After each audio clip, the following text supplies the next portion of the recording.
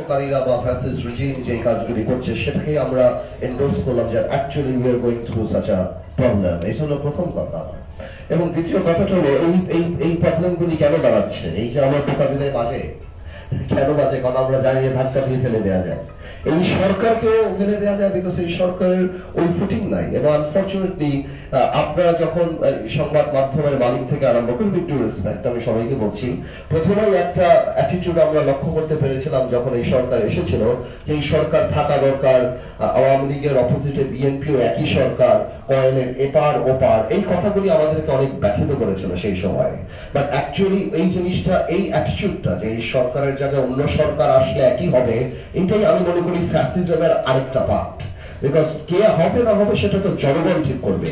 এই কারণে যে আপনাদের সাথে বা আমাদের সাথে সরকারের সাথে প্রাথমিকভাবে যে একটা গ্যাপ সৃষ্টি হয়েছিল, এই গ্যাপের মধ্যেই কিন্তু অনেকে অনেক কিছু ক্যাপিটালাইজ করার চেষ্টা করেছিল।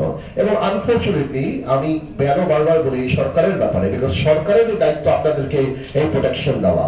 আমরা অ্যাডিশনাল ফোর্স, আমরা পাশ থেকে দাঁড়াবো। আমরা এই যে এত বড় বড় দেখলাম প্রথম থেকে হিসাবে সরকারকে আমরা বলি জনসম্পৃক্ত সরকার করার চেষ্টা করেন। এতগুলো উপদেষ্টা বানাতে হলে 10টা উপদেষ্টার নামও আমার মনে হয় না এখানে বসে আপনারা কেউ বলতে পারবেন। জনগণের সাথে স্পার্ক, ওই কানেক্টিভিটি এই সরকার করতে ব্যর্থ হচ্ছে। এটা একটা অল্টারনেট ছিল যদি রাজনৈতিক দলগুলির সাথে ইনফর্মাল ফর্মাল সম্পর্কটা আরো মেচিউর হতো। আমি শ্রদ্ধার সাথে, আমি সম্মানের সাথে জানতে চাই